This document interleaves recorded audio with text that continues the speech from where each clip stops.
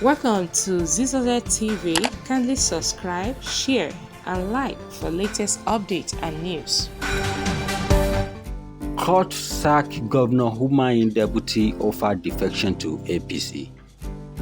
The Federal High Court sitting in Abuja on Tuesday sacked Governor David Umahi of Ebonyi State and his deputy, Dr.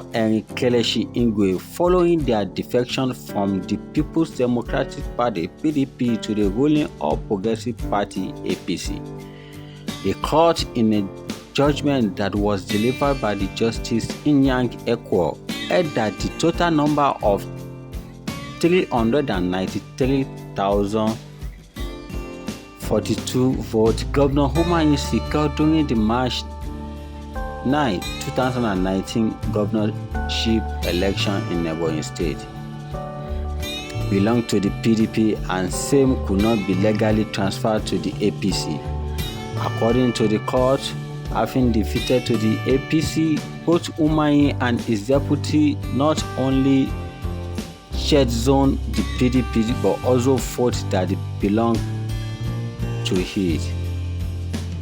It held that going by the outcome of the governorship election, the office of the governor and deputy governor in Ebonyi State belonged to the plaintiff and not other political party. There is no constitutional provisions that made the ballot transferable from one party to the other. It held that the PDP is bound to retain the vote and mandate that was given to it by the electorate in Ebonyi State, as both Governor Umahi and his deputy could not validly transfer same to APC. The court therefore ordered both Umahi and Igwe to immediately vacate their position. In order the Independent National Electoral Commission (INEC) to immediately receive from the PDP name of person to replace Umahi and his deputy, or in the alternative conduct a fresh gubernatorial election in Ebonyi State in line with Section 177C of 1999 Constitution as amended.